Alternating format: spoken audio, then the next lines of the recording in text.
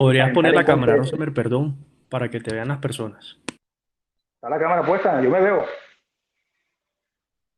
Qué raro, ¿no? ¿Ya me ven? El doctor Rosenberg se ve. Yo me veo.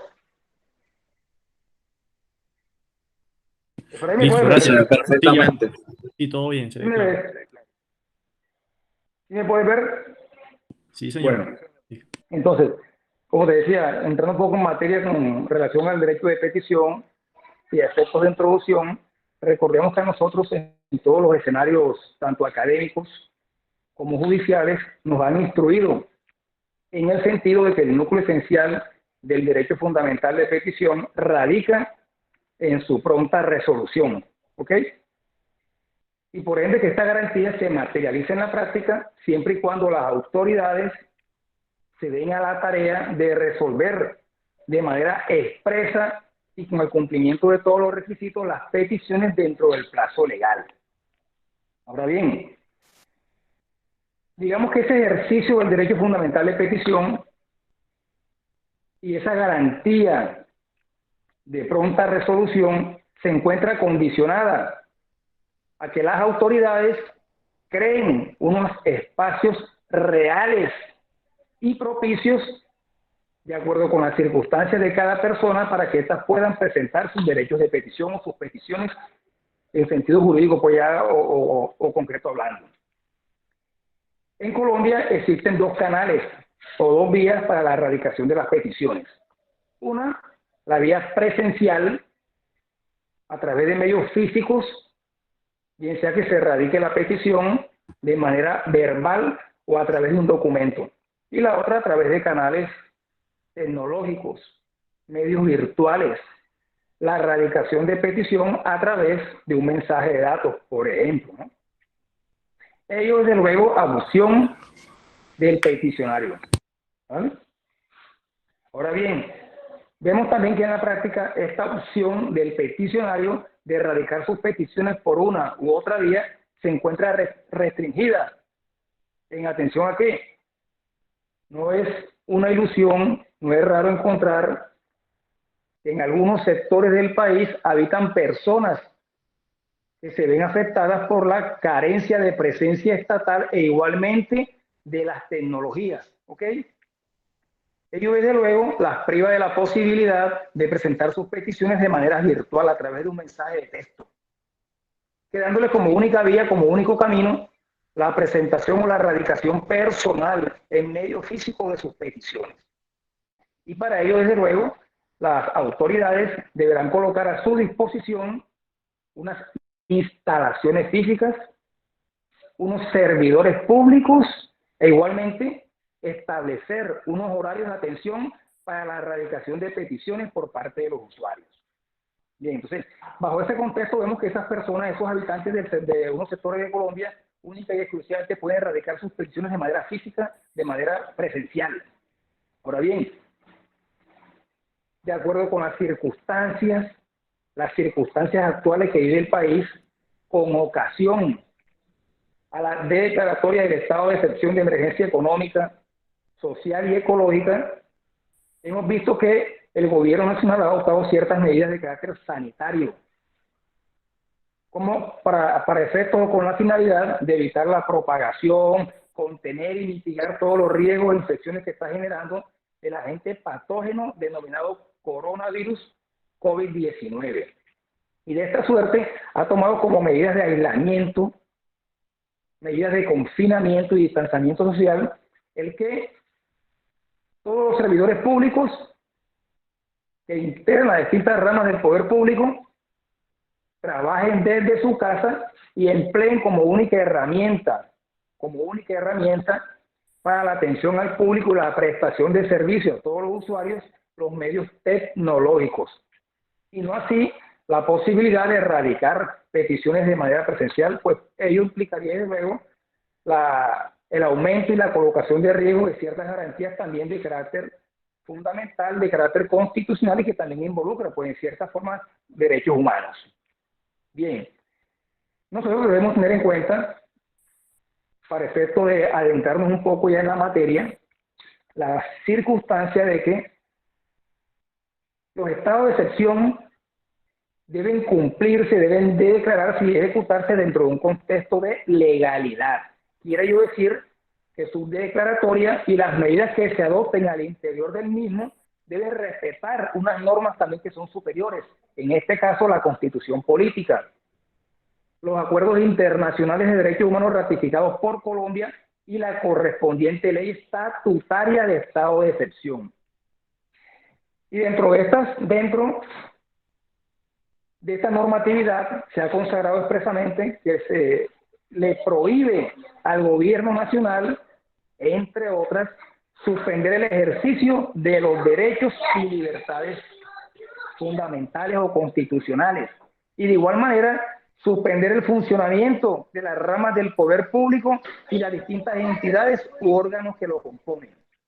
Ahora bien, conociendo la problemática del derecho fundamental de petición y la restricción de presentarlo por vía o de erradicarlo por vía presencial, podemos preguntarnos inicialmente si esa limitación o si esa restricción implica en la práctica y conforme a nuestro contexto jurídico una violación al derecho fundamental de petición.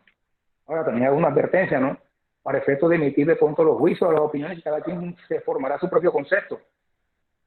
En materia de afectación a los derechos fundamentales, garantías constitucionales, derechos humanos, debemos tener en cuenta que existe una gran diferencia entre suspensión de un derecho y restricción al ejercicio de las mismas. Desde ese punto de vista, pues planteo, digamos, la discusión y veamos qué opinan pues cada uno de ustedes, o en su lugar, pues en este caso Efraín, que también está del otro lado, conocer las distintas opiniones y compartir ideas. Bueno, sí, hay que dejar claro en este punto que el Ministerio de Salud y Protección Social declaró emergencia sanitaria, lo cual es totalmente diferente a la declaratoria de estado de excepción del gobierno nacional. Ahora bien, si bien los artículos 212, 213, 215 nos indican que no se pueden suspender derechos humanos y libertades fundamentales, ahí tenemos que hacer un acercamiento a lo que constituye el derecho de petición en el ordenamiento colombiano y en el derecho convencional. Y al respecto podemos decir que este derecho ostenta la garantía de humanos en virtud de la Convención, el Pacto Americano de Derechos Humanos del Pacto de San José. Allí se le da claramente al derecho de petición el carácter de humano, además de ser fundamental. Y en igual sentido, el Consejo de Estado en diferentes jurisprudencias le ha dado este tratamiento. ¿Qué quiere decir esto? Que el derecho de petición, el ejercicio, no puede ser suspendido durante el estado de emergencia económica, social y ecológica. ¿Y qué podemos entender por una limitación a derechos fundamentales? Según la ley 137 que reguló los estados de excepción, que el núcleo esencial del derecho fundamental no puede verse afectado. ¿Y en qué consiste este núcleo esencial en tratándose del derecho de petición? Primero, de la posibilidad de formular peticiones. Segundo, de obtener una respuesta pronta, oportuna y de fondo. Y tercero, de que la respuesta sea puesta en conocimiento del peticionario, porque nada hacemos si contestamos la respuesta y se la queda la entidad en sus instalaciones. Entonces, estos tres puntos son los que no pueden verse afectados ante la declaratoria del presente estado de emergencia, puesto que iría en contravía directa de la Constitución. Entonces, lo que podemos observar del decreto ley 491, que estableció medidas de teletrabajo y otras medidas sobre suspensión de términos en entidades estatales, es que le otorgó una facultad directa a estas entidades para suspender los términos de distintas actuaciones, y esta semana se han visto cantidad de resoluciones donde las entidades suspenden los términos de actuaciones administrativas, sobre todo en procedimientos sancionatorios, suspenden términos de caducidad, términos de prescripción, pero revisando cada una de esas medidas, tanto de la DIAN, Contraloría, Superfinanciera, Superintendencia de Industria y Comercio, ninguna de ellas ha suspendido el derecho de petición, porque además de esa autorización, ese mismo decreto legislativo, cuando habló de suspensión de términos, realizó una ampliación al derecho a presentar peticiones. Denme un segundo que alguien está con el micrófono abierto. ¿Podrían cerrarlo, por favor? Se realizaron unas ampliaciones a al derecho a presentar peticiones de interés particular general, pasando de 15 a 30 días, el de información pasando a 20 días, el de consulta pasando a 35 días, y asimismo su prórroga se va a hacer por el doble del inicialmente previsto, ampliado. Entonces, si bien el decreto en un artículo habla de suspensión de actividades presenciales y atención a través de medios electrónicos, no es menos cierto, en mi concepto, que al haber hecho una ampliación a términos de respuesta de peticiones, quiso el decreto que la petición, el ejercicio y el núcleo esencial del derecho a presentar peticiones no se suspendiera, porque si así lo hubiese querido, no hubiese sacado un articulado referente a ampliación de términos. No sé tú qué piensas, Rosa. Bueno, aquí tenemos que hacer una distinción clara y es la siguiente. Una cosa, una situación jurídica es la posibilidad de presentar peticiones y otra muy distinta es la ampliación de términos para resolver. En este caso concreto, el decreto 491 del 2020, que desarrolla desde luego por el estado de excepción que venimos comentando, regula dos situaciones. Uno, que es única, ¿no? La única posibilidad de erradicar peticiones, que no se vio suspendido, desde luego el derecho no está suspendido, se encuentra restringido a la circunstancia de que no podemos erradicarlo por vía presencial, sino única y exclusivamente por medios virtuales. Uno, sin una restricción, y segundo, la ampliación de términos. Ahora bien, la ampliación de términos acá, digamos que no comporta, digamos, mayor dificultades, ¿no? Y no implicaría en últimas, digamos, el problema jurídico principal de cualquier tipo de discusión, sino qué pasaría con aquellas personas que no tienen acceso a las tecnologías, de qué manera el Estado le garantiza la posibilidad de erradicar sus peticiones. Ahora bien, sí sabemos de que en atención de pronto a esas circunstancias, que aunque no las previó el gobierno nacional o no hacen parte de la motivación del decreto, sí se puede de una u otra forma beneficiarlos en el sentido de suspender todos los términos a través de los cuales o que constituyan la razón de ser de la presentación presencial de esa petición. Es muy distinto, ¿no? Pero bueno, yo en el tema de la ampliación de términos como no le vería en últimas mayor problema, ¿no? Es una medida que más que beneficiar de pronto a los usuarios, constituye una especie de alivio para las autoridades y permitirles trabajar con más holgura desde sus hogares, ¿eh? Pero no es una flexibilidad o una restricción en sí misma para el ejercicio del derecho. Ya, la temática sería simplemente esa, ¿no? ¿Qué ocurre con las personas que no tengan acceso a las tecnologías? Y no porque no quieran, sino porque el Estado no les ha brindado esa posibilidad, que aunque parezca mentira y se escuche como algo quizás extraño para nosotros que vivimos en las ciudades, sí existen sectores del país que no tienen acceso a esas tecnologías. Es más, no tienen ni siquiera acceso a las autoridades públicas porque el Estado no hace presencia en esos sectores. Ahí hay algo interesante y es esa suspensión, la ampliación más que yo referirme a si genera o no problemáticas, a lo que voy con la ampliación de términos es que en ningún momento se contempló la suspensión del ejercicio del derecho de petición y ahí quedó plasmado con esa ampliación. Y segundo, pues hay un programa de Mintic que conocí con algunos compañeros de Mintic, donde hace aproximadamente 2 o 3 años se establecieron unos kioscos digitales en zonas no interconectadas donde tienen acceso a internet y a diversos computadores. Y me hablaba una compañera de Barbacoas, Nariño, un sector bastante interconectado, donde ella decía que habían kioscos digitales donde las personas podrían acceder, pero eso no implica que en todas las zonas no interconectadas del país, que al día de hoy es el 50%, existan estos kioscos. Hay lugares donde en realidad, como lo dices tú, Rosenberg, no hay posibilidad alguna de acceder a las tecnologías de la información y las comunicaciones, y es ahí donde en realidad entra en una verdadera encrucijada una posible afectación al derecho a presentar peticiones que no está contemplada en el decreto 491 ni en el decreto de declaratoria de estado de emergencia económica y sanitaria, ecológica y social. Bien. Bueno, entonces coincidimos en el punto de que no existe suspensión de la garantía fundamental, ¿eh?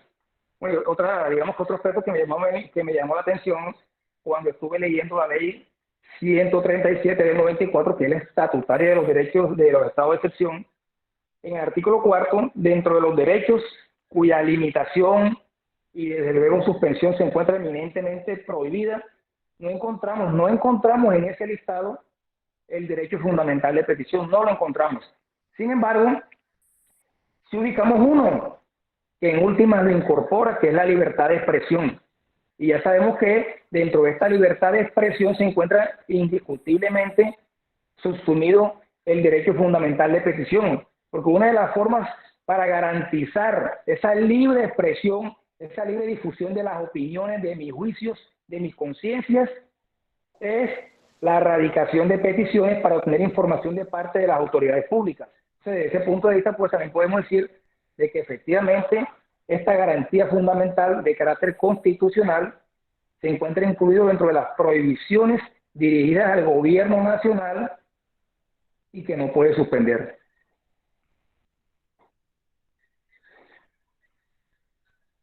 Ahí sí, tú tienes razón, en el artículo 4 hablan de derechos no tangibles considerados como que no se pueden suspender en ningún momento.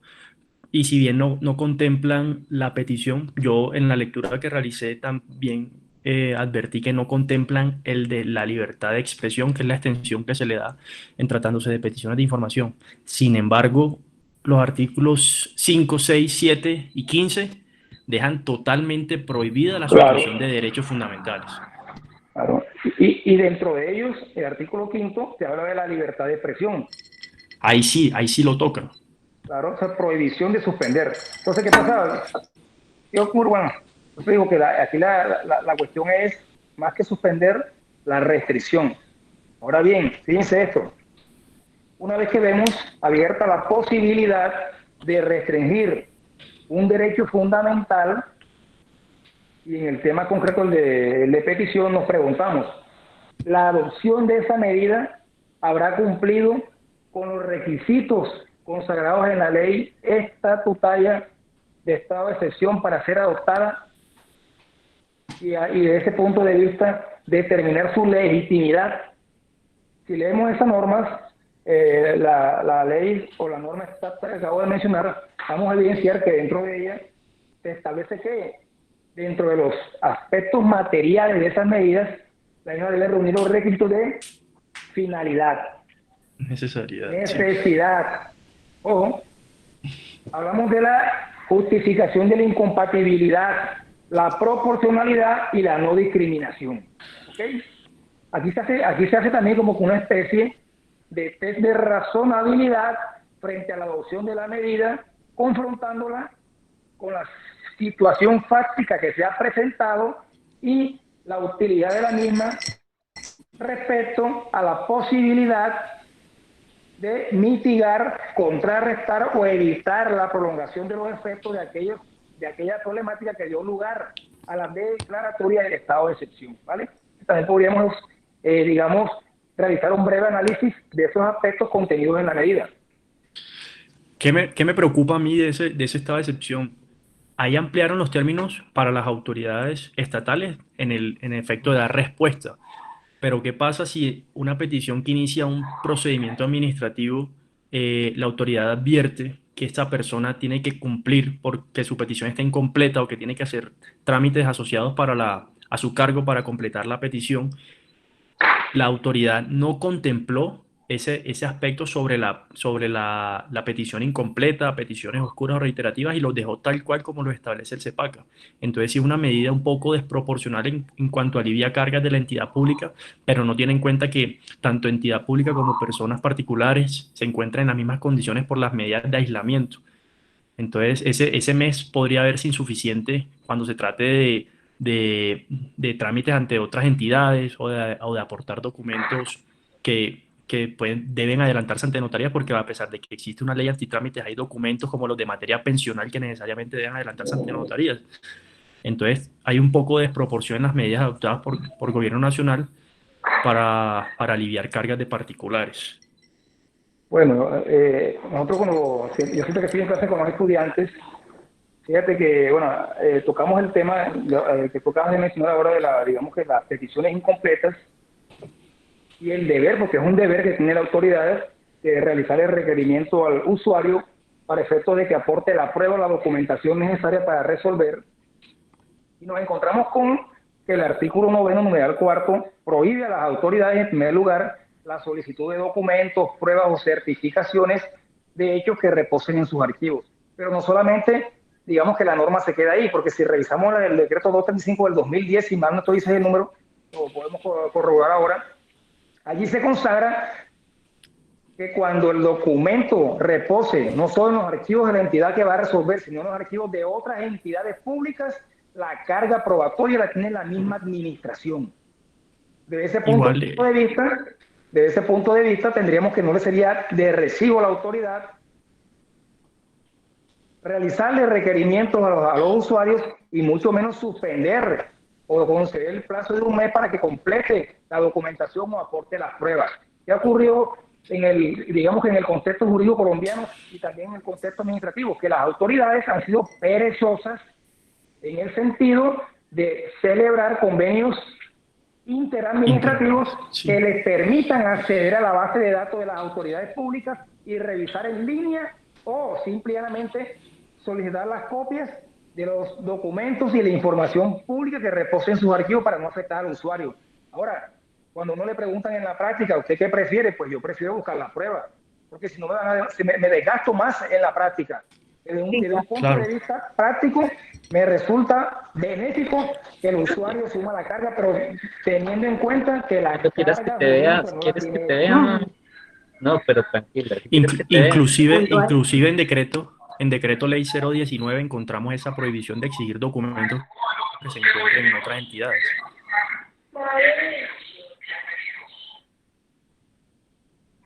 Aló, te escucho. Okay, está todo silenciado, sí. Acá, Ahora, que inclusive en el decreto ley 019 encontramos esta prohibición de exigir documentos de entidades estatales. Sin embargo, lo que tú dices no está fuera de lugar, porque si bien la autoridad va a hacer el oficio y las peticiones entre autoridades de información pues van a durar también en términos de 10 días, las autoridades, la experiencia ha demostrado que las autoridades no responden en el término que se les da. Y al tratarse de autoridades de la misma rama ejecutiva, uno no le echa el agua sucia ni se va por denuncias disciplinarias, sino que les pide el favor, por favor respondan. Entonces, sí, tienes razón en que el peticionario tiene más facilidades para aportar la prueba o el documento solicitado, pero no es menos cierto que es una obligación de la autoridad solicitarlo y una prohibición de pedírselo al peticionario. Yo siempre, disculpándome con la gente que está escuchando, hago un paréntesis ahí, ¿no? En el sentido de manifestar que gran parte o un gran porcentaje de los conflictos en los cuales se ve inmerso la administración y que derivan en condenas en su contra no se deben a la corrupción de las autoridades públicas. La corrupción se encontrará como en cuarto, quinto, sexto, séptimo, octavo, noveno, décimo lugar. En primer lugar se encuentra en el desconocimiento de las normas por parte de los servidores públicos y la desidia o pereza en el cumplimiento de sus funciones. Entonces, ¿cuál es la idea? Si la ley brinda tantos beneficios que alivian tanto el funcionamiento de las entidades públicas, porque también les permite a ellos acceder a través de plataformas virtuales a los archivos de otras entidades y al mismo tiempo le alivia carga económica al usuario, ¿por qué no aprovechar esas circunstancias? ¿Por qué no avanzar? El problema en Colombia no es normativo. Aquí no es edificación de teorías, de invocar a tal o X doctrinante o a traer normas extranjeras, que el tema se encuentra en el cumplimiento de la normatividad. Ahora bien, en el tema que tú tocabas, que es el incumplimiento por parte de las autoridades en cuanto al término para resolver las peticiones. Oiga, eso no es desde ahora. Desde el decreto 01 de 1984 se favorecía a las autoridades en el sentido de autorizarlas para prorrogar el término para resolver cuando encontraran que no fuera posible hacerlo en el término inicial. Y vemos que en la práctica muchas autoridades no aprovechan también esta ventaja que les ofrece el ordenamiento jurídico y prefieren dejar vencer los términos, diría yo, bajo un estado de ignorancia, porque si ellos son conscientes de que ese comportamiento, esa conducta, los de incurso en una falta disciplinaria, muy seguramente actuarían. Pero bueno, están incluso los beneficios tanto para las autoridades o alivios como para el administrado y en la práctica la administración crea una barrera que imposibilita el desarrollo normal de las gestiones de las autoridades.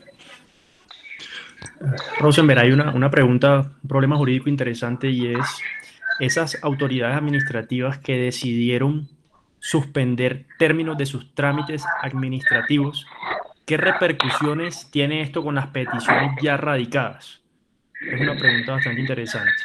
Bueno, mira que el mismo decreto 491 lo contempla, ¿no? Contempla esa posibilidad de suspensión de términos tanto para radicadas como por las que se tengan que erradicar. Inicialmente hablamos con las que se tienen que erradicar. ¿Dónde cobra importancia la norma? La norma cobra importancia con relación a las peticiones que tienen que erradicarse cuando un término viene corriendo, viene computándose y el mismo resulta como máximo para el reclamo de un beneficio o la concesión de una garantía por parte de un ente público o del Estado. Desde luego, la ausencia de funcionamiento y posibilidad de erradicar presencialmente la petición le va a imposibilitar a él el reclamo del derecho. Si suspendemos el término, se va a ver beneficiado. Ahora, si la petición ya se encuentra erradicada y se suspenden los términos, veríamos que desde este punto de vista el alivio, más que para el usuario, sería para las autoridades públicas. Pero sí, la posibilidad se daba. Incluso yo conozco casos en los que algunas entidades públicas se adelantaron a lo que fue la expedición de ese decreto y ellos por mutuo propio suspendieron los plazos para resolver las peticiones. Ahora bien, yo opino lo siguiente frente a esa situación, es una opinión personal, ¿no? Yo creería que frente a ese particular hubo un exceso. Yo creería que las autoridades no administrativas no gozan de competencia para suspender los términos. A la herramienta que debieron acudir ellos en su momento es a la consagrada en la 1437, bueno, o la 1155, porque modificó estas normas, ¿no? Artículo 14, y era prorrogar los plazos, los términos para resolver las peticiones. Y una vez expedido el decreto 491, donde ya existe plena autorización por parte del gobierno, ahí sí proceder a suspender los términos, pero antes no podían hacerlo, sin embargo lo hicieron. Pero bueno, fue una medida desesperada, ¿no? Sí. Y otra pregunta clave era también, dame un segundo que aquí las tenía de las que hicieron algunas personas, era el traslado por competencia entre una entidad que no suspendió términos y una que sí lo hizo. Que la problemática que nos iba a generar ahí, porque pues si bien la petición iniciaba ante ante una autoridad que no suspendió términos, no es menos cierto que la autoridad era incompetente, razón por la cual consideró remitirla por competencia a otra autoridad. Pero el problema es cuando la otra autoridad está en suspensión de términos. Allí yo considero que la petición, el trámite, si la autoridad suspendió términos tanto de la erradicación, de la resolución de peticiones, queda acogida a ese término. No se va a responder en los plazos comunes, sino hasta que se levante la suspensión del trámite. Es lo mismo, o sea, ahí fíjate que si se radica la petición ante una autoridad incompetente y ella la remite, pues en último ocurre lo mismo, ¿no? Están suspendidos los términos. Aplicaría en ese evento como si la fuese a erradicar el peticionario o el usuario. Todo lo que quedó en manos de una autoridad que debe cumplir un deber legal de remitirla ante el competente. Pero ahí la situación sería igual. Cambiaría simplemente el sujeto que estaría erradicando la petición en este evento una autoridad en nombre del usuario. Listo, no sé si tengas alguna pregunta, tu problema. Bueno, lo que le comentaba, no, fíjense, ¿cómo resolvemos realmente la problemática del derecho fundamental de petición? Ahí hablábamos ahora de una especie de requisitos consagrados en la ley estatutaria para efecto de determinar la legitimidad de la medida de restringir la erradicación presencial de peticiones. Cierra. Bueno. Pero ¿cómo hacemos? Oigan, no sé si alguna persona desea intervenir, también nos comenta, no queremos escucharlos a todos, que somos, digamos, por así decirlo, los actores principales del diálogo, pero también queremos escuchar opiniones y enriquecernos con ustedes, ¿no? La idea es esa, pero bueno. Lo que decía, ¿no? El primer requisito que debe cumplir toda medida que se expida dentro de los estados de excepción para restringir los derechos es el de la finalidad. ¿En qué consiste ese criterio de la finalidad? Sencillo, que la medida adoptada o la restricción tenga como propósito directo e inmediato conjurar la situación que dio lugar a la declaratoria de estado de excepción y prevenir la continuación o la prolongación de sus efectos. Si la medida es útil para eso, nos preguntamos, ¿sirve para esos fines? Si lo es, cumplimos con el primer paso. Segundo, el de necesidad, lo mismo. Bueno, la definición que nos ofrece la ley sobre este particular, digamos que no es tan útil, ¿no? Porque incurre en una especie de círculo vicioso o petición de principios. Esto es, da una definición partiendo de la idea que tiene de la misma. Necesidad, que la medida sea necesaria, pero no nos dice nada. El criterio de necesidad hace referencia a que no existan otras medidas con las cuales pueda lograrse la misma finalidad, oígase bien, el primer requisito, la misma finalidad, sin agravar, perjudicar o reducir el derecho fundamental que se encuentra afectado. Nos preguntamos, ¿existirá una medida distinta para garantizar la no propagación, el no contagio con ese agente patógeno sin que se vea afectada la erradicación presencial de las peticiones? Bueno, ahí está, con honestidad no uno tiene que responder, porque no se trata simplemente de ser de controvertido. Yo creo que esa medida distinta no existe. Por más que queramos revestir a las personas de toda la indumentaria que usan los científicos, que usan los médicos, que si el tapabocas, que si la gafa, que si la careta, que si el vestido, pues es imposible, porque ellos con todo eso aún están sometidos a riesgo. Y segundo, que en Colombia no existen ni siquiera en este momento capacidad de proveer a todos los ciudadanos de un tapabocas. Ahora vamos a ver, vamos a tener esos vestidos. No lo hay ni para los médicos. ¿Ok? No lo hay ni para los médicos. Entonces, digamos que la medida primero cumple con la finalidad, tenida en cuenta para conjurar la crisis y prevenir la prolongación de sus efectos. Segundo, es necesaria, porque no existe, no hay otra medida también que cumpla con la misma finalidad y que implique una menor afectación del derecho fundamental que se encuentra limitado.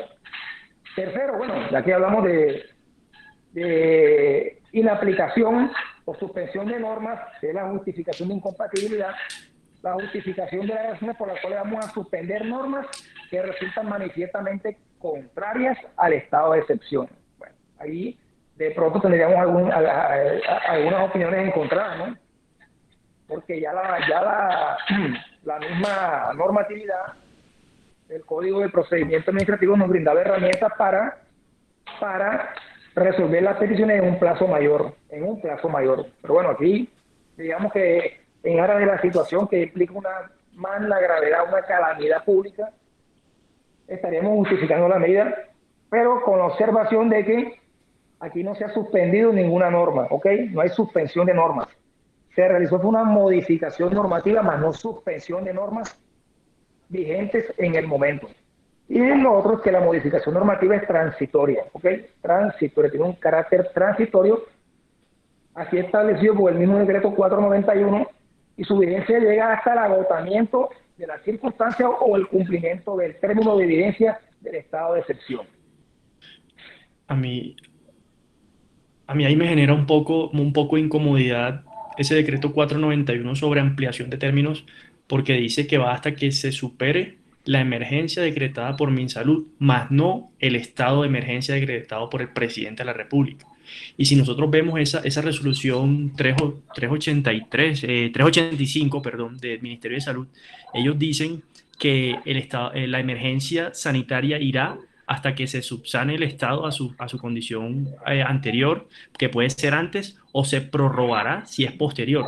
Y esto es una medida un poco desproporcional, porque nosotros vemos que en una ley no estatutaria se regula un estado de emergencia sanitaria, pues claramente es diferente al estado de excepción, porque simplemente es una declaratoria de emergencia, más no una declaratoria de estado de excepción, pero este aparente estado de emergencia sanitaria que le dieron la potestad al Ministerio de Salud ante pandemias o situaciones catastróficas sobrepasa los límites de afectación a derechos fundamentales que tiene los estados de excepción.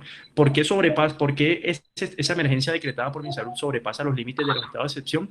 Porque no tiene un término. El término de emergencia económica, social y ecológica tiene un término de hasta 90 días calendario, pero si nosotros vamos a la norma del plan de desarrollo donde se creó ese artículo que le da la facultad al Ministerio de Salud de declarar emergencia sanitaria, no tienen un término. ¿Y qué va a pasar si estas personas se deciden tomar 5 semanas, 3 meses, 7 meses, la suspensión, la emergencia sanitaria? Según el decreto legislativo, va a estar vigente la ampliación y las demás medidas que allí se resolvieron. Entonces, es algo bastante grave y que se sale un poco de los estados de excepción. Bueno, frente a ese particular, yo tengo una visión, bueno, coincido contigo en el tema de los términos, ¿no? Pero aparte de coincidir contigo, esta situación calamitosa, catastrófica, esta calamidad pública, sanitaria que se ha presentado en Colombia y en el mundo entero, revela, por lo menos en el ordenamiento jurídico colombiano, que esa norma, ese artículo 215 de la Constitución, se quedó corto. Ya no se ajusta a la realidad. ¿Por qué no se ajusta? Porque en materia de una calamidad sanitaria, el legislador no puede prever en qué momento se va a superar. Luego entonces ese término de 90 días se quedó corto.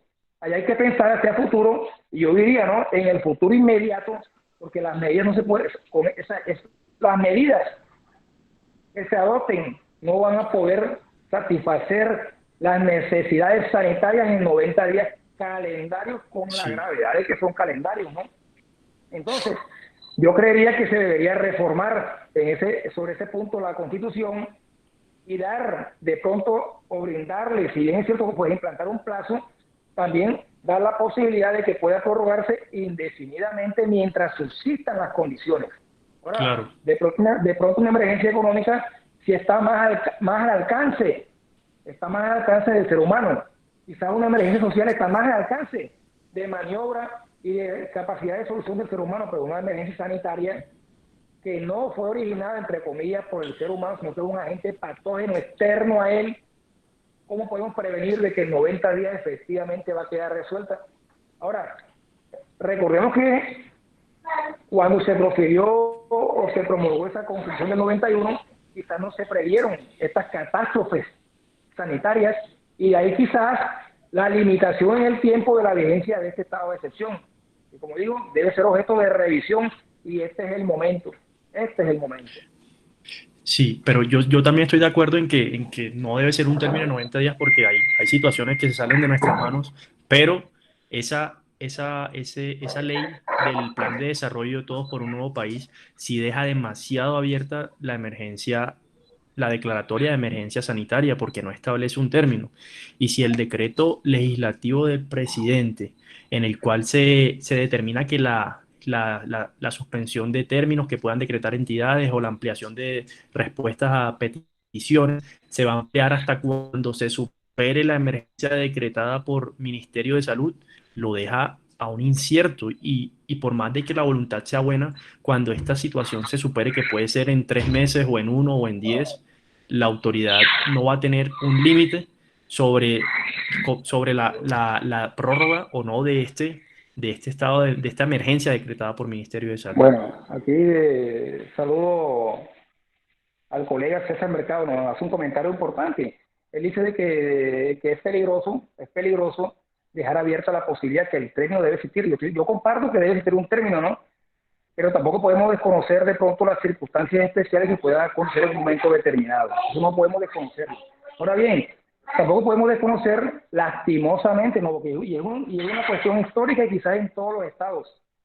Nuestro ordenamiento jurídico también está inspirado muchas veces en la desconfianza a las mismas autoridades a las cuales les atribuimos las facultades, ¿verdad? Entonces, no, el presidente de la República o el gobierno pueden extralimitarse. Diga, pero es que si ellos, incluso bajo la vigencia de esta norma, se prevé la posibilidad de que se extralimiten. Y como se prevé esa situación, porque somos seres humanos y tenemos ese libre albedrío, también para ellos se han consagrado sanciones de tipo disciplinario, de tipo penal, de responsabilidad fiscal y en general cualquier tipo de responsabilidad que sea procedente. O sea, ya existe, digamos, esta prevención para aquellos eventos en los cuales se presenta una extralimitación en el ejercicio de las funciones.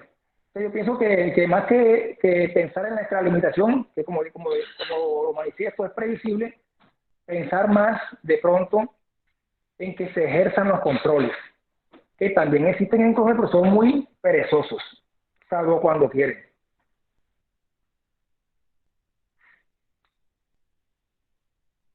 Escuche, Efraín. Perdón. Bueno, también de acuerdo con eso. Hay un aspecto importante de ese decreto 491. En el artículo 3 dice que las autoridades se van a trabajar a sus casas implementando las tecnologías de las informaciones y las telecomunicaciones, y aquellas entidades que no cuenten con estos servicios se quedarán haciendo atención presencial. ¿Qué me genera incomodidad?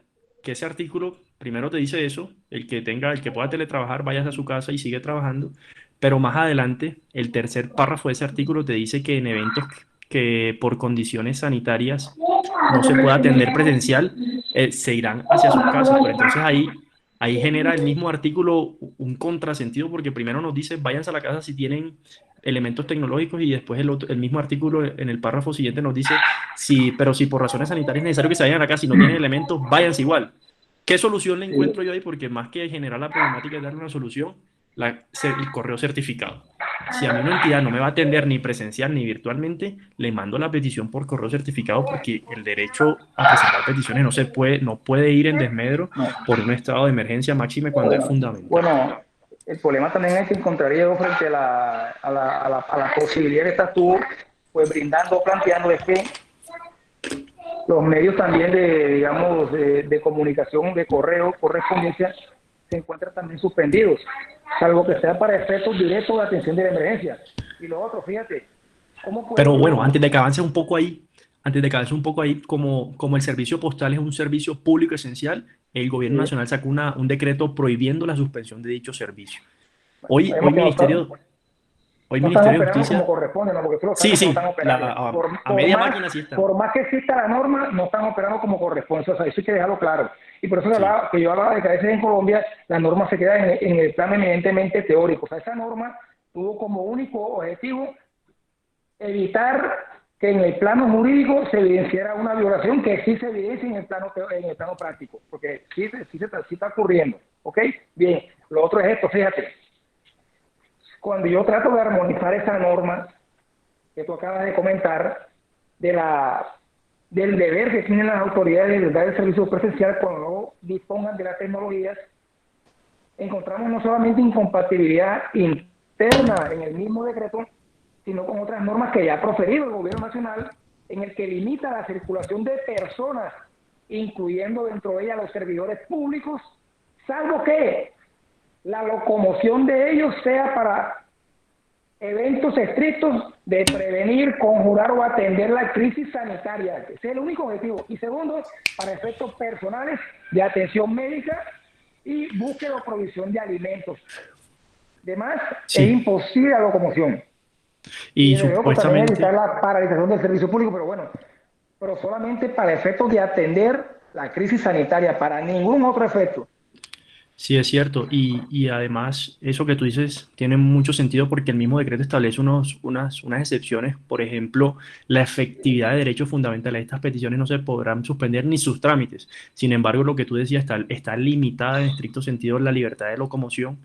Y por otra parte, vemos que esta efectividad de derechos fundamentales la observamos en el artículo de peticiones prioritarias del CEPACA, en conjunto con las peticiones que pretendan ampararse para cuando haya un peligro inminente en la salud o en la seguridad. Y si vemos este decreto legislativo, dejó totalmente por fuera esta posibilidad, que tiene igual o mayor sentido que la de la efectividad de derechos fundamentales, porque estamos hablando de la vida, el derecho a la vida de una persona. Entonces, también dejó por fuera algunas excepciones que, si bien va en contrasentido con la libertad de locomoción, tenían que armonizarse con el CEPAC.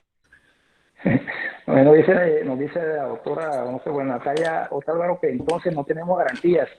De nada nos sirve simples formalidades que se dibujan en nuestra realidad jurídica. Bueno, yo creía que las garantías están, fíjate, oye, bueno, yo no sé, a veces uno tiene cosas en mente para hablar que a pesar de que no las compartimos previamente, porque no, o sea, simplemente tú me dijiste que íbamos a conversar sobre el tema, pero no Sí. compartimos ideas, no intercambiamos nada. Lo que yo tenía planificado para decir, tú vas como que tocando algunos, o sea, vas dando algunos pincelazos y me llevan a plantear la situación, ¿no? Fíjate, tú tocaste ahora el derecho a la vida, ¿verdad? Hablabas del tema del derecho a la vida. Y efectivamente, cuando hablábamos de las restricciones o limitaciones al derecho fundamental de petición, debemos también tener en cuenta que en este particular hay una colisión de derechos constitucionales fundamentales, ¿ok? Y dentro de esa colisión de derechos fundamentales, donde uno es la petición y el otro es la vida, la pregunta es, ¿cuál debe primar? ¿Cuál prima? ¿Cuál prima? Y fíjese que aquí, a pesar de que prima el de la vida, no se produce, sin embargo, un menoscabo definitivo del derecho fundamental de petición. El uno prima y el otro se ve restringido en cuanto a su ejercicio, porque se cierra uno de los canales para erradicar lo que es presencial, pero se habilita uno virtual. Luego, entonces, no hay una afectación definitiva, hay una restricción para que prevalezca otro de mayor importancia, pese a que se encuentran ubicados en una misma categoría de fundamentales. Claro, la ponderación más que entre derechos sería entre principio como principio fundamental de vida con derecho de petición, y ahí sí Robert Alexis le da la preponderancia al derecho a la vida. Y si bien lo dice, se habilitó el canal virtual, ¿qué va a pasar con esas situaciones donde no hay canal virtual, no hay canal presencial y por situaciones de sanidad se decide cerrar la entidad? Ahí es donde va a generarse el verdadero conflicto. Oye, sí, y hay que tener en cuenta, por ejemplo, fíjense, parece mentira, ¿no? Indistintamente de cuál sea la naturaleza que revista la petición, porque hablamos de la necesidad de una persona de erradicarla. En últimas, las afectaciones directas que ve la persona en una petición comportan más un interés particular que el trascendental general que sí reviste en todo momento la vida. Porque aquí no solamente es la vida del usuario, no solo es la vida del servidor público, porque la capacidad de propagación, de contagio y de destrucción de este virus tiene una mayor trascendencia y revela mayor importancia y la necesidad de adoptar medidas más extremas que la simple satisfacción in extenso del derecho fundamental de petición. Así es. Estaba silenciando a unas personas que estaban con ruido de fondo. Eh, sí, ahí tú también tienes razón. Y pues otro de los aspectos que quería tocar en cuanto a este decreto era la habilitación de las firmas digitalizadas o escaneadas, porque esto bien o mal afecta la autenticidad del acto administrativo al no ser una firma electrónica ni digital. Entonces, pues es un aspecto que pues, me parece muy bueno porque conjura un poco la emergencia y da soluciones. Se puede prestar para la expedición de actos administrativos fraudulentos. Bueno, pero sobre ese particular debemos tener en cuenta lo siguiente. Fíjate que cuando el mismo código señal del proceso se refiere a la autenticidad de los documentos, tenemos que tener en cuenta que esa autenticidad la determina el conocimiento de procedencia del documento y la certeza plena de quién es el autor del documento, quién lo ha elaborado, quién lo ha suscrito. Entonces, yo diría que de pronto en ese evento de la firma mecánica, de la firma digital, que entre otras ya esa herramienta existe en Colombia con la ley 527 del 99 y ahora vuelve a surgir, pero ya es viejo. De hecho, con los decretos que pide el gobierno, siempre vemos esas firmas que son como electrónicas, porque siempre son las mismas, ahí no falla nada, él es el mismo trazo. Y no es que tenga el pulso de maravilla, que son firmas digitales que se han venido empleando, ¿no? Yo creería que, en lo que a mí respecta, no le vería mayor inconveniente a esa firma mecánica, máxime que ese tipo de decisiones que se profieren deben tener cumplimiento, deben ser cumplidas por las mismas autoridades. Entonces, supongamos que ante una autoridad se presenta un acto administrativo supuestamente proferido por ella con una firma mecánica, le daría a la autoridad cumplimiento a un acto sabiendo que es algo que no fue proferido por ellas. automáticamente veríamos que esta posibilidad está restringida, salvo que la norma o a la norma pretenda hacerse surtir efecto jurídico frente a terceros en escenarios distintos a aquellos que implican una relación jurídica directa con la entidad pública. Y aún así, hay que tener en cuenta lo siguiente, ¿no? Y es norma de derecho. A nosotros nos corresponde velar porque se acredite la existencia y vigencia de normas que no tengan un alcance nacional. Si estamos en presencia de una norma proferida por una autoridad territorial, nos corresponde verificar su existencia y su vigencia. Eso también es una tarea como que de prudencia, ¿no? Es una tarea más de cuidado que de temor frente a la firma mecánica. Pero bueno, o sea, son opiniones, puntos de vista que también son válidos, ¿no? El temor existe. Y la posibilidad de fraude también existe aún con la firma electrónica, porque cualquiera puede falsificarla. No, pero yo un poco más cuando hablo de firma electrónica y firma digital, hay un concepto del Archivo General de la Nación donde habla que firma electrónica y firma digital pues son aquellas que están cifradas por claves, que ¿Sí? te entregan un token y demás cosas, mientras que la situación puntual que yo estoy planteando es esa firma digitalizada o escaneada, que es copiarla y pegarla de un pen y Así pasarla es. al documento. Es Entonces, pegar la por lo imagen. menos, sí, eso es Se pegarla. escanea y se pega la imagen. Y sí, eso tiene el mismo riesgo que la autógrafa o mecánica, pero pues la autógrafa o mecánica se desvirtúa a través de un grafólogo, pero una firma digitalizada que se la tomaste al mismo tipo que firma, no la vas a poder desvirtuar ante un grafólogo. Entonces, yo sí lo considero de cuidado, máxime que según el decreto, y es otra situación de las que ya hablábamos, que ya lo contemplaba la norma, ordenó a las autoridades a que crearan una sede electrónica que ya el CEPACA lo trae en un artículo para notificar todos los actos administrativos. Entonces, las personas que tengan acceso, que puede ser una o pueden ser 20, pueden sacar un acto administrativo. Sí, claro, así es. Pueden acumular las respuestas en un solo documento y resolverlas, Sí, siempre y cuando, desde luego, guarden conectividad, ¿no? Fíjate que sí. también esa parte que tú acabas de mencionar, relacionada con la notificación electrónica, también deja abierta la posibilidad, ¿no?, de que si no es posible notificarlo por vía electrónica, se acudirá a los medios ordinarios. Entonces, A los ¿qué hacemos? ordinarios, sí. ¿Qué hacemos? ¿Qué hacemos? ¿Qué hacemos ahí? No? Es complicado, o sea, es complicado de todas maneras. Son medidas, pienso yo, son medidas desesperadas que aunque tienen desde luego una finalidad loable, que es la que conjurar toda esta crisis y prevenir la prolongación de sus efectos, pues también digamos que en el desespero se incurren en errores, ¿no? Son errores, Sí. pero dados por las mismas circunstancias, ¿sí? Más que porque incurrir en contradicciones, es el mismo desespero de expedición de normas para satisfacer necesidades. Sí, y bueno, otro aspecto importante de ese decreto es que van a primar esas peticiones, primero las de prevalencia de derechos fundamentales y segundo las de apoyo a la industria empresarial y a la economía nacional. Hay muchas entidades, por ejemplo, el Ministerio de Justicia se encarga de la expedición de certificados de carencia y este es un certificado a ti que te permite como particular poder tener en tus manos una sustancia controlada, por ejemplo, permanganato de potasio, por poner uno de los ejemplos. Entonces, si una empresa que trabaja con permanganato de potasio no puede extender la prórroga, un certificado de esos, no puede trabajar porque la policía le cierra el establecimiento. Y esto, por ejemplo, por poner lo básico, sirve para la elaboración de gines, pero hay otros elementos, otras sustancias controladas que sirven para los químicos que le echan a algunos productos para conservación y demás. Entonces, en estos aspectos sí, yo considero que fue un poco acertada la decisión de gobierno de permitir el impulso a la industria empresarial para no frenar los diversos sectores industriales. ¿Qué piensas tú un poco al respecto? No, no, sí, comparto tu opinión.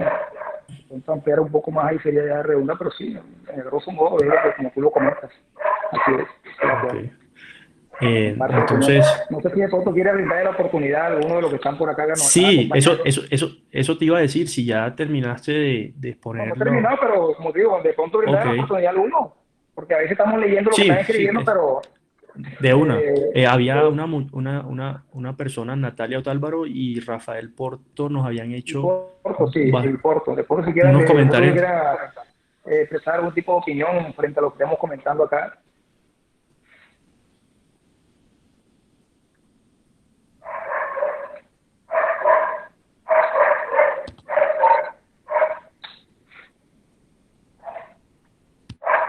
te No se oímos. conecta. Ese perrito que está por ahí hace rato dando lata, vale.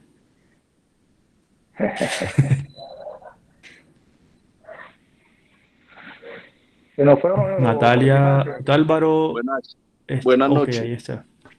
Bueno, hablemos Buenas Pues, noches. con Giovanni. Escuchémoslo. atendo Cuéntanos. la discusión tras anterior y viendo el cuello que se genera respecto a la autenticidad de esa resolución, acto administrativo con efectos a terceros, eh, se podría, no sé, proponer la implementación de lo que se usa con los certificados judiciales, disciplinarios y fiscales de los órganos de control correspondientes respecto al código de verificación, ¿cierto? Así pues, en esta coyuntura y entendiendo que es una firma escaneada que va a atender esta contingencia, entonces implicara también un código de verificación para que los eventuales afectados o interesados con el contenido y efectos del acto administrativo o la resolución pudieran corroborar su autenticidad. Muchas gracias. Giovanni, pero yo hago una pregunta. Yo asimilo estos códigos de verificación un poco más como si se tratara de la firma electrónica, que es la que te exige una clave de acceso de entrada y de salida, tanto del emisor como del receptor. ¿No sería lo mismo? No, pues yo, por lo menos la concepción que tenemos sobre la firma electrónica es entre las entidades. Este código de verificación es para que cualquier tercero que pretenda conocer si el certificado es auténtico, si realmente refleja la información que reposa en la entidad sobre el titular del certificado, pueda corroborarlo, porque, pues, por ejemplo, en temas de contratación, muchos contratistas que tienen sanciones disciplinarias, fiscales o judiciales, se usaba que se falsificaban este certificado para poder acceder a los requisitos precontractuales. Pero entonces con esto, toda entidad o todo interesado en conocer la información de un ciudadano en estas bases de datos puede confirmar este código de verificación en la entidad que lo expidió. Es engorroso, es dispendioso, pero yo pienso que es una medida intermedia para superar ese cuello que el escenario que ustedes recreaban, atendiendo a la manifestación que hacían de esa desconfianza en las autoridades, es un riesgo muy inminente. Gracias. De todas maneras, fíjate, bueno, que es lo que comentábamos, ¿no? A veces hasta más que la misma verificación directa con el servidor público que ha supuestamente suscrito el documento, hombre, la posibilidad de las autoridades de acceder a la base de datos de las otras autoridades públicas. Con eso nos ahorramos bastante, se economiza en trámites, hay una mayor eficiencia en los procedimientos administrativos, pero bueno, sí sabemos pues el tema de la firma, ¿no? Es complejo, pero es una medida necesaria. Y fíjate que lo que nos decía hace poco Efraín, ¿cómo determina el grafólogo la autenticidad de la firma? Pues bueno, yo he estado he participado en algunos de estos procedimientos en los que se desestima una firma y lo primero que hace el grafólogo es entrevistar a la persona a la cual se le atribuye el documento y preguntarle, ¿usted firmó esto? Ese es el primer paso, ¿no? Es el primer paso. Ahora, si estamos en presencia de una autoridad pública, de un servidor público que niega la existencia de alguna decisión, pues ya de antemano estaríamos en presencia, por lo menos, ¿no?, de un indicio, no solamente de que el documento es falso, sino de que ese documento no existe a modo de acto administrativo. Recordemos que en la teoría general del acto administrativo, uno de los elementos de su existencia es el que haya sido proferido por una autoridad pública. Cuando la decisión inmersa en la discusión o en la problemática jurídica no se le atribuye su elaboración a una autoridad, estamos en presencia de nada. Y siempre coloco el ejemplo de la época en la que estábamos supuestamente en el proceso de paz en el Caguán, que la FARC expidieron que la ley 001 o algo así, creando como, bien no recuerdo si era un tributo o algo así. La pregunta es, esa supuesta ley que profirieron ellos, ¿será demandable ante la Corte Constitucional? Pues la respuesta era no, imposible. ¿Por qué? Porque no es un acto de autoridad pública. No es existente como acto jurídico estatal. Lo propio podría predicarse respecto a una decisión administrativa, bien sea general o particular, cuya elaboración no se atribuya realmente, materialmente, jurídicamente a una autoridad pública, sino a un desconocido o a un delincuente u otras circunstancias. Sí, aquí una persona, bueno, superando un poco lo que decía Giovanni sobre el código de verificación de los certificados, revisando el concepto del Archivo General de la Nación, aquí dice referencia SGC 430, nos indica que la firma electrónica es el conjunto de datos electrónicos que acompañan o que están asociados a un documento electrónico y lo permite identificar idénticamente que sí es el acto. Entonces, ese código de verificación vendría a asimilarse como firma electrónica, que es lo que el decreto legislativo está permitiendo prescindir de él por motivos de la emergencia. Entonces, pues no es que no podemos acudir a ese mecanismo porque la norma no lo está permitiendo. Y por otro lado, Jean-Pierre nos escribe que estamos dejando de lado la legalidad del decreto por el cual se extiende el tiempo de respuesta, diciendo que eso debe provenir de una ley estatutaria. Pues recordando un poco lo que él dice, artículos 152 y 153 de la Constitución Política, si no estoy mal, hablan que por ley estatutaria deberán regularse los derechos fundamentales. Pero si la misma Constitución Política en los estados de emergencia dice que se podrán suspender derechos humanos debido a a la discusión inicial, el derecho de petición es un derecho humano, salvo que no sea su núcleo esencial, se puede limitar. Y en este caso no sé, se está restringiendo un poco en el sentido de la respuesta a la autoridad, en tanto la respuesta va a seguir siendo pronta, oportuna y de fondo, pero va a demorarse un lapso un poco más amplio por la cuestión de la emergencia. Bueno. Y la Constitución está totalmente legitimada a través del artículo 215 para hacer estas limitaciones al derecho fundamental de petición y no para hacerlo a través de una ley estatutaria. Porque precisamente la facultad de los estados de excepción le otorga al presidente la posibilidad de establecer decretos con fuerza de ley que rigen durante el respectivo estado. Entonces, para mí no hay no tiene un vicio de legalidad esa ampliación de términos del derecho, de las respuestas a derechos a presentar petición. Bien, bueno, creo que tocando quizás el mismo punto, aquí nos hablan, Jean-Pierre nos dice, dejaron de fondo lo más importante sobre la legalidad del decreto con el cual se pretende extender en el tiempo la respuesta de la administración burlando lo que dice una ley estatutaria. Tenemos que hacer dos cosas primero ahí, ¿no? Vamos a hacer dos cosas. Primero, ¿tienes a la mano, Efraín, el artículo 23 de la Constitución? Ya lo abro. Bueno, vamos a abrir esa norma y vamos a leerla. Yo también tuve la misma inquietud de Jean-Pierre y al momento de realizar el estudio, en mi opinión jurídica, llegué a la conclusión de que esa medida de ampliar los términos para resolver las peticiones no resultaba lesiva a la Carta Constitucional. Artículo 23. Vamos a leerlo y atención a la explicación que vamos a dar. Toda persona tiene derecho a presentar peticiones respetuosas a las autoridades por motivos de interés general o particular y a obtener pronta resolución. El legislador, ¿Sí? el legislador podrá reglamentar su ejercicio ante organizaciones privadas para garantizar los derechos fundamentales. Bueno, listo. Ojo con esto. Es lo que voy a explicar, porque a mí me asaltó la misma duda. Cuando leímos la ley, la misma Constitución, e igualmente la ley 137 de 1994, nos encontramos con lo siguiente. Pero hay que tener en cuenta que esa ley 137 no regula el derecho fundamental de petición. No. Y cuando no lo regula, como no lo regula, sino una materia específica que son los estados de excepción, esa misma norma nos dice, oye, ¿cuál es el límite normativo al cual se encuentra sujeto el decreto legislativo de estado de excepción? Son tres normas a las cuales se encuentra supeditado.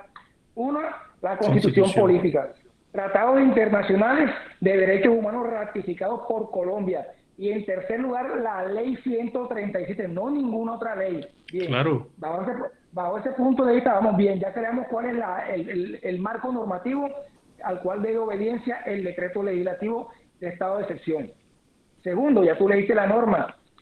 Yo pregunto, como la problemática jurídica gira en torno a la ampliación o modificación de los plazos para resolver las peticiones, te hago una pregunta de sí o no. El artículo 23 de la Carta Política fija un plazo para resolver las peticiones. No. No lo hace, ¿verdad? ¿Qué norma lo hace? La ley 1755, que es el código que hace parte del Código de Procedimiento Administrativo y de lo contencioso administrativo, que también es ley estatutaria. Sin embargo, no es una norma a la cual debe obediencia directa el decreto legislativo de estado de excepción. Claro. Por tanto, sí está abierta la posibilidad para que el gobierno, a través de ese decreto legislativo y como una medida tendiente A conjurar. a evitar la prolongación de los efectos y a conjurar también la situación de calamidad pública, o ampliar el plazo de respuesta a las peticiones. Claro, Es una medida válida desde el punto de vista constitucional y desde el punto de vista de los derechos humanos y desde el punto de vista de la ley estatutaria de estado de excepción. Ahí no hay ningún tipo de afectación. Igual, redundando un poco en lo que dices, la ley 137, pues si la persona se quiere apegar al tipo de ley a través del cual se está haciendo la regulación, la ley 137 del 94, al ser estatutaria y al decir que está prohibido la suspensión, o sea, que se puede prohibir se puede limitar derechos fundamentales siempre que no se toque el núcleo fundamental, ahí está haciéndose una reglamentación legítima de esas restricciones que hace el gobierno nacional. Y segundo, a más de ser una manifestación directa de la Constitución, una legitimidad directa, estamos ante el bloque de convencionalidad frente a derechos humanos, el cual mucha parte, sobre todo el doctor Santofimio, le ha dado hasta una prevalencia superior a la propia Carta Política en tratándose de derechos fundamentales. Y en estas normas internacionales cobijadas por nuestro país en el bloque, se habla de la limitación a derechos fundamentales en los estados de excepción. Pero podría él hablarnos un poco también si considera que estamos equivocados, a ver cuál es la justificación de la persona, porque no todas las personas, pues yo puedo Vamos a conocer la creer. opinión de Jean-Pierre. Sí, Vamos a conocer la opinión de Jean-Pierre. Y por que nos va a tener el artículo 93 de la Carta Política. Jean-Pierre, cuéntanos, ¿cuál es tu opinión al respecto? ¿Lo tienes habilitado?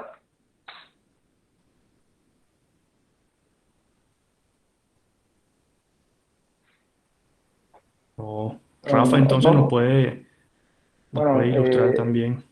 Bueno, ojo con esto, ¿no? Porque de pronto a veces uno en la emoción del debate nos equivocamos en el empleo de términos. Tú has corregido varias veces que no es suspensión de derechos porque está prohibida la suspensión, sino limitaciones o restricciones a su ejercicio, que es lo que precisamente ha ocurrido en este caso específico. Hay una restricción o limitación a su ejercicio, pero aquí no hay prohibición ni hay suspensión para el ejercicio del derecho como tal, porque en últimas, frente al derecho de petición, quedó abierta de manera indiscutible la posibilidad de erradicarlo por medios virtuales sin ningún tipo de inconveniente. Sin ningún tipo de inconveniente. Qué pena, señor Álvaro. Es que ahorita no me pude conectar para nada con el micrófono. Sí, claro, te oímos lejos. Sí, pero lo que me había mencionado. ¿Se escucha muy lejos? ¿Ya se escucha mejor? Muy mal, lejos y mal. Busca de pronto unos auriculares o... Regáleme un momento. Morro, así.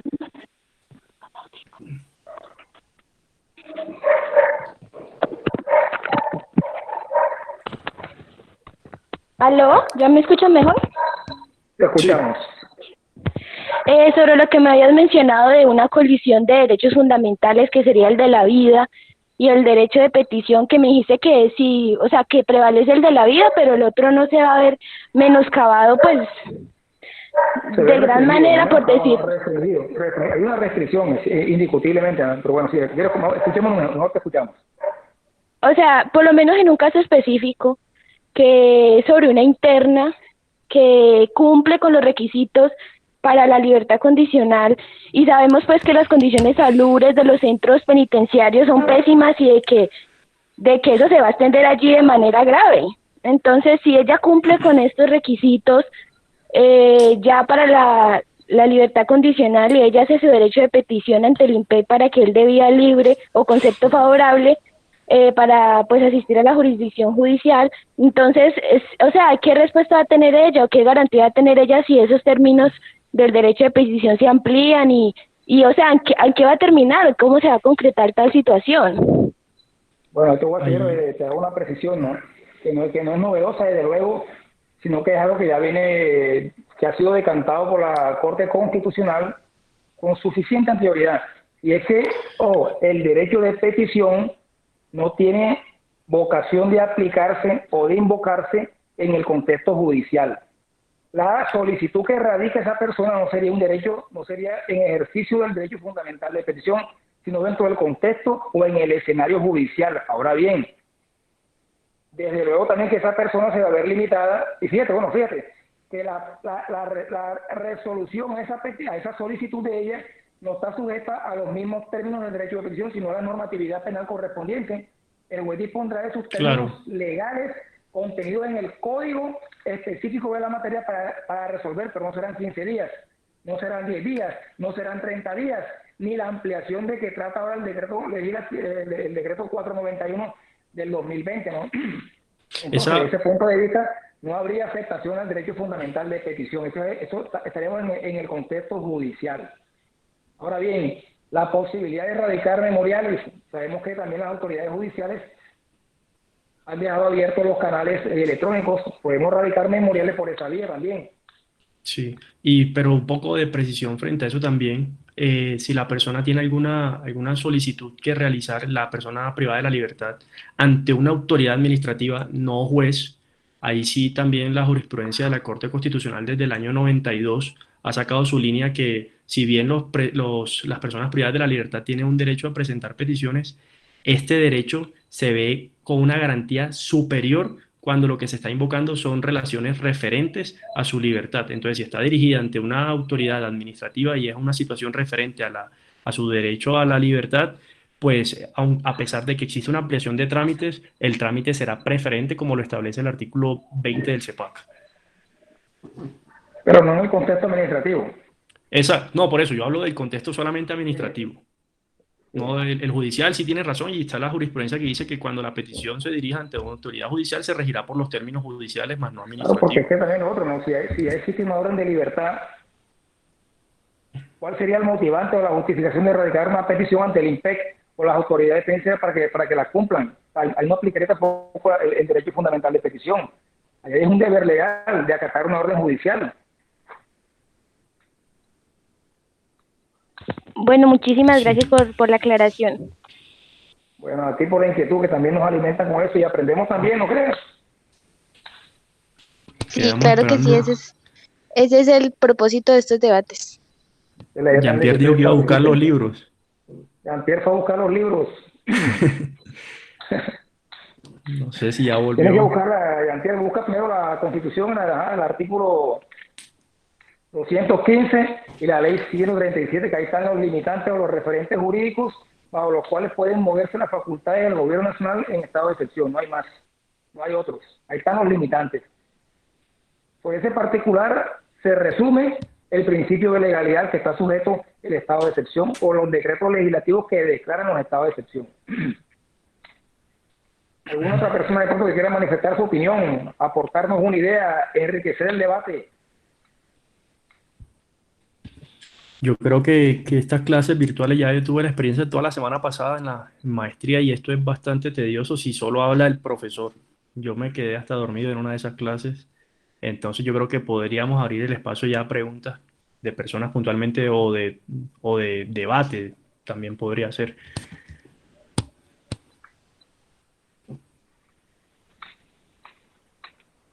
Jean-Pierre se está demorando porque es que nos quiere enriquecer el debate. Vamos a ir planificando entonces otro encuentro Sí, por estas toca ver. sendas virtuales y seguir comentando, bien sea pues el tema de actualidad del estado de excepción u otros temas de interés jurídico, bien sea en el contexto del derecho público constitucional, administrativo, entre otras materias, ¿no? Que de pronto Sí. pues, Yo tengo ahí unas cuestiones finales, una pregunta final y es, vencidos los 90 días calendario, que es el máximo por lo que se puede prorrogar el estado de emergencia económico y social y ecológico, ¿y qué pasaría si esta calamidad subsiste? ¿Qué herramientas jurídicas va a usar el presidente de la República para ¿Cómo, adoptar cómo medidas? se me fue la voz Que ahí? si, ¿Cómo es? que si pasados los 90 días del estado de emergencia, ya pues ya no va a poder decretar más estados de emergencia ecológica, económica y social. Sí. ¿Qué mecanismos podrá emplear el presidente de la República para conjurar esto y permitir que las medidas se prorroguen? Bueno, ya vimos ahí, ¿no? Esa pregunta trae nuevamente a colación la problemática que planteamos hace poquitico, ¿no? De lo corto que se quedó la norma que regula el estado de excepción de emergencia económica, social y ecológica respecto del término, ¿no? Se quedó corto. Yo pensaría, como te digo, de que sería el momento para que el Congreso de la República empiece a trabajar también en una, pues en una reforma, ¿no? Claro, claro, Hay yo, que yo también trabajar en una pensaba, reforma porque fíjate que es más, cuando nosotros leemos ese estado de excepción, irónicamente, que me llama la atención también, entre otras, a pesar de que te menciona que la emergencia también está enfocada a temas sociales y sanitarios o ecológicos, calamidad pública, las normas posteriores están simple y llanamente limitadas al tema económico. Y sí. hablan de crear tributos, de modificar y demás, pero no hablan de cómo debe tratarse el tema de salubridad, de cómo puede restablecerse el aspecto social. ¿No?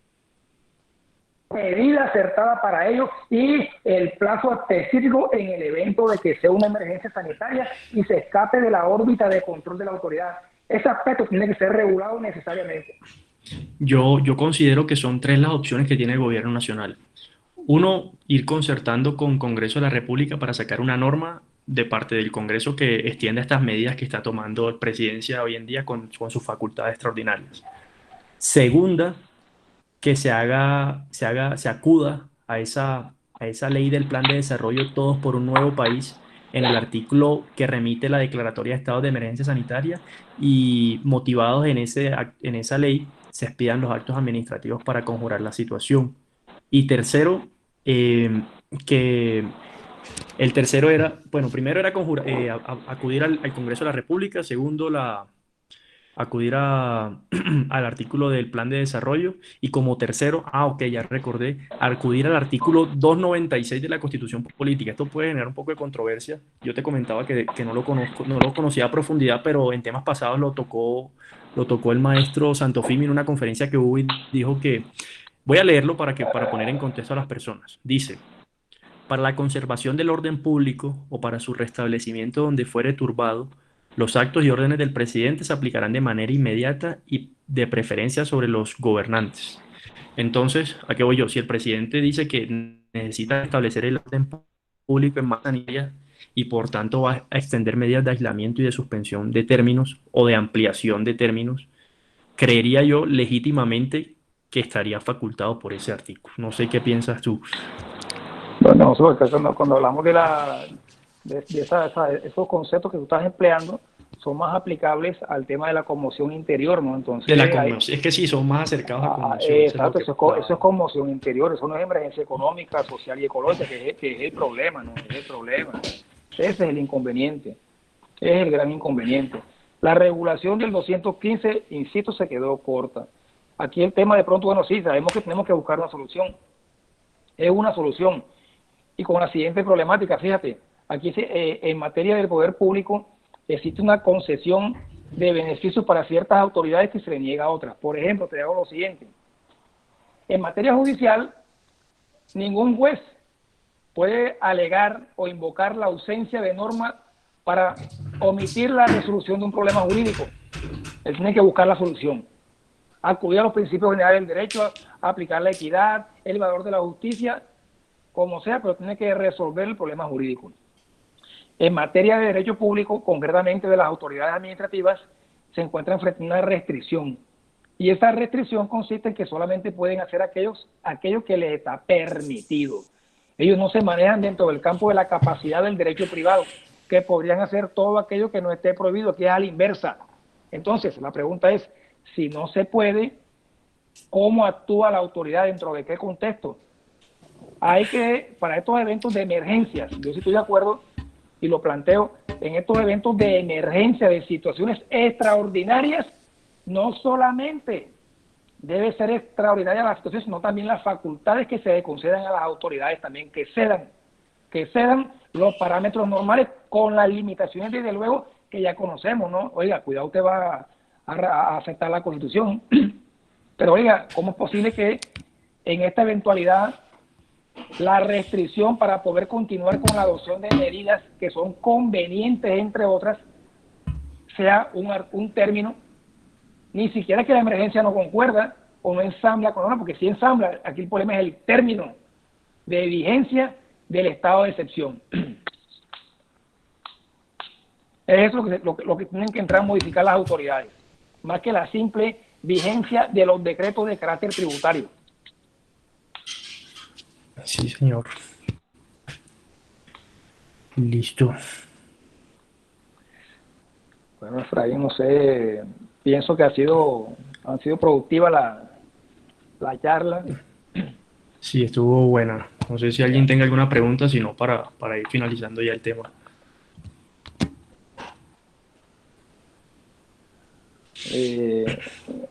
Jean-Pierre, si aparece, de pronto nos podemos conectar los tres. Cuando ya encuentre ya pues, los libros que estaba buscando. Aquí nos escribe Ricardo. Nos dice que le genera duda la temática planteada cuando nos encontramos en el evento en materia de tránsito, donde los términos de los procesos contravencionales se suspenden de acuerdo al decreto 491 y lo que está en juego es la obtención de la licencia de tránsito y el derecho al trabajo de personas que dependen de ella. La pregunta sería, ¿qué garantía tendría el usuario de la administración pública para la pronta solución, sabiendo que la administración es perezosa y tardía? Pero bueno, mira, bueno, yo no enfocaría la pregunta por el tema de que son morosos, ¿no? Porque si tú me dices a mí que la autoridad es morosa, es perezosa, es tardía, ya la respuesta no te la vamos a dar dentro del contexto del estado de excepción y de pronto dentro de la procedencia o no de la medida, sino en el sentido de que existen autoridades que ejercen controles respecto de esas otras autoridades morosas y que lo pueden sancionar disciplinariamente, ¿no? Yo pienso aquí que la cuestión sería, bueno, ¿es procedente la suspensión respecto de estas temáticas? Y es lo mismo que acontecía con el derecho fundamental de petición, ¿no? Yo lo veía desde el mismo contexto, desde el mismo punto de vista, y más aún cuando hay restricción, no solamente de personas, sino también de vehículos, ¿eh? También de vehículos. Y que su locomoción está destinada simplemente para determinadas de la emergencia, el servicio público de transporte y no para todos los casos, porque también está limitado. El servicio particular también está restringido. Entonces, hay que ver el contexto, no solamente de que se afecte una persona porque se suspende el trámite de una licencia, ¿no? Hay que ver el contexto de la situación, todo lo que involucra al efecto de que eso pueda acontecer. No, y lo otro es que, pues, espera que oigo bastante mal. Javier, dice que listo. Ok, ahí está, listo.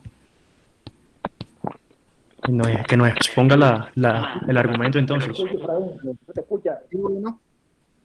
Bueno. Hola, ¿cómo estás? Bien. Yo no sé si ustedes, precisamente el Instituto Colombiano de Derecho Procesal, el doctor Ramiro Bejarano. Yo lo escucho bien. No sé si ustedes la intervención del doctor Ramiro Bejarano en la... No se escucha absolutamente nada. No sé si ustedes hayan escuchado la intervención del doctor Ramiro Bejarano. No.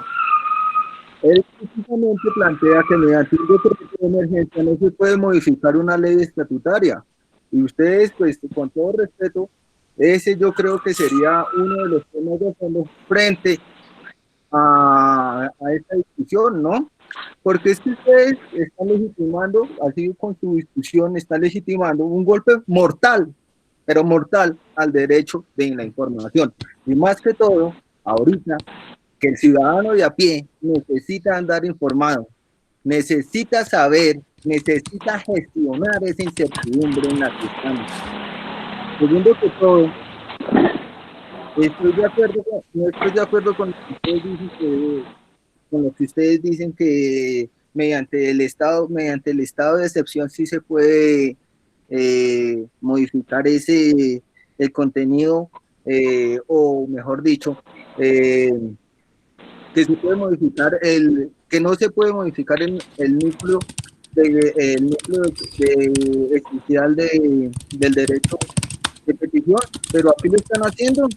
Entonces, con ese decreto último que sacó el legislativo, el 491, no recuerdo bien, eso se busca, pero prácticamente se le están dando 90 días a la administración para contestar los derechos de petición, porque si ustedes miran la ley estatutaria que reformó la 1437, se le facultaba a las administraciones a que respondieran en 60 días, ahora con 30 días en 90, ahora entonces ¿hasta cuándo nos van a responder? Yo estoy más con el ciudadano de a pie y no defiendo a la administración. Entonces, con todo respeto, vuelvo y les digo, a mí me quedan serias dudas de la legalidad de ese decreto mediante el cual se prorroga la respuesta de la administración, porque es con un decreto de emergencia que están modificando una ley estatutaria. No sé hasta dónde eso sea legal. Esperemos que la Corte se pronuncie.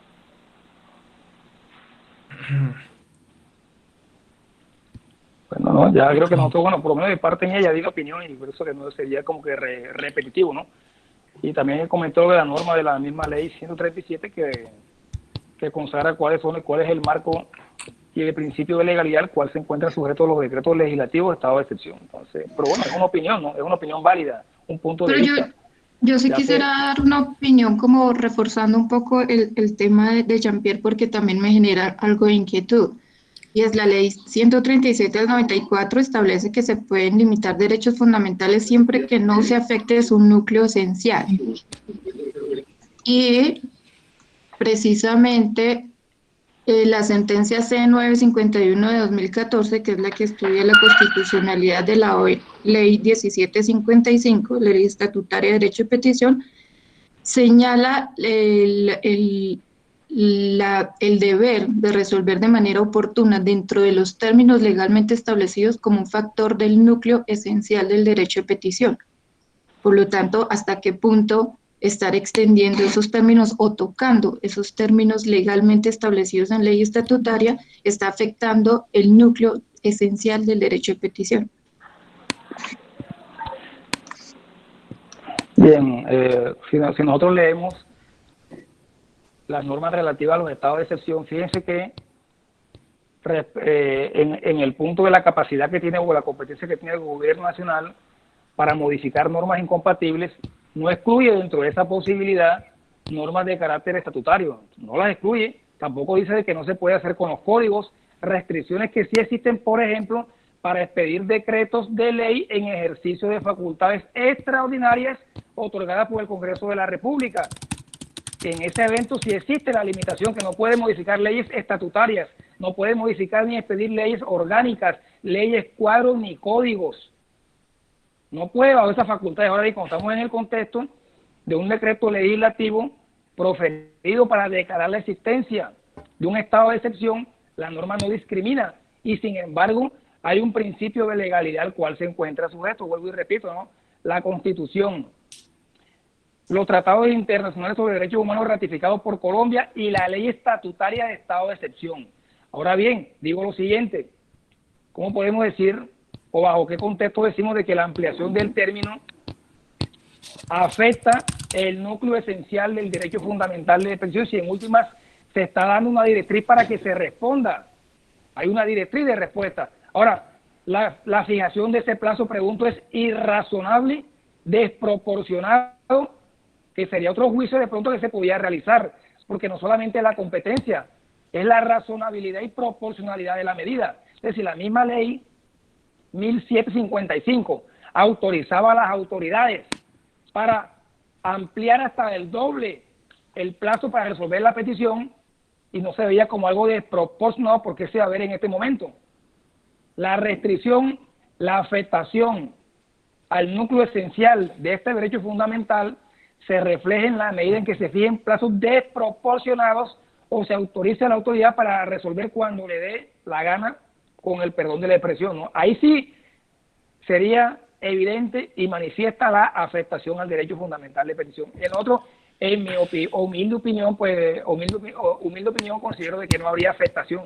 Pero bueno, esta es la idea, ¿no? Que el debate enriquece. Aquí no se trata de que prevalezca de pronto la opinión de Efraín o de Rosner, sino que todos opinemos y válida la búsqueda de texto del doctor Jean-Pierre.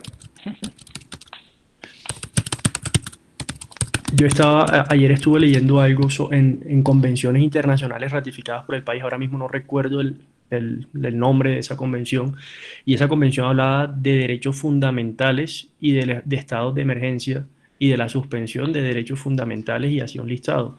Entonces, si nosotros tenemos convenciones internacionales que permiten la suspensión, no del derecho como tal, sino de restricciones a elementos que no afecten su núcleo esencial, yo no veo por qué la normatividad nacional va a tener prevalencia. Primero, o sea, atacando un poco el argumento de Jean-Pierre, porque una normatividad interna va a tener prevalencia sobre el bloque de convencionalidad sobre derechos humanos. Ahí pues hago la primera reiteración, pues ya lo había dicho.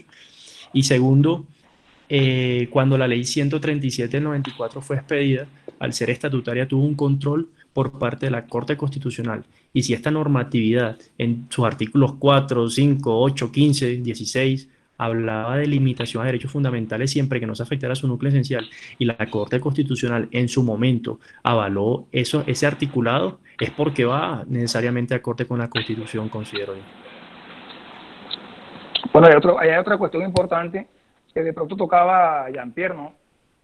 Y que yo creería, pues ojo, también en mi opinión y de acuerdo al contexto jurídico, que no sería un criterio válido para discutir la legitimidad de la norma, ¿no? Y es el tema de que él está del lado de la gente de a pie. Pero es que vemos también que la gente de a pie tiene celulares. La gente de a pie también tiene acceso a la tecnología, incluso desde sus hogares, incluso tecnología móvil. Y ellos también podrían, desde ese contexto, radicar peticiones a través de sus celulares. O sea, si es por eso, ¿no? Y vuelvo y digo, no hay una suspensión de la garantía, hay una limitación o restricción en atención a la gravedad de la situación que se está presentando en materia de sanidad, de salubridad. Pero bueno, si en las altas cortes se presentan salvamentos de votos, pues cómo no se van a presentar también aquí, ¿no? También es válido, también es de recibo y son razonables. Efraín, te doy las gracias por la invitación.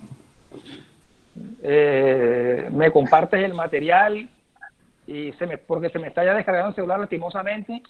Creería que, pues indistintamente de la diversidad de opiniones, que agotamos la temática, fue muy productiva, participaron las personas y nos podemos encontrar en otra oportunidad que esperamos que sea pronto, ¿no?